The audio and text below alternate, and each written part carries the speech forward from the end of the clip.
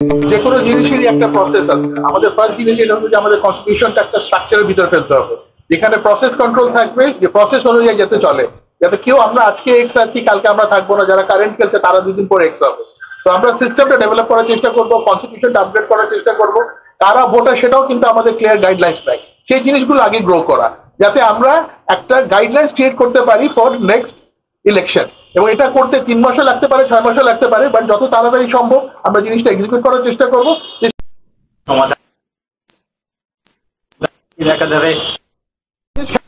যে যারা খেলোয়াড় তারা কোনো না ভাবে ক্রিকেট বোর্ডের সাথে দেখুন, আমরা চেষ্টা করব যতখানি স্ট্রংলি জিনিসগুলো হ্যান্ডেল করা যায়।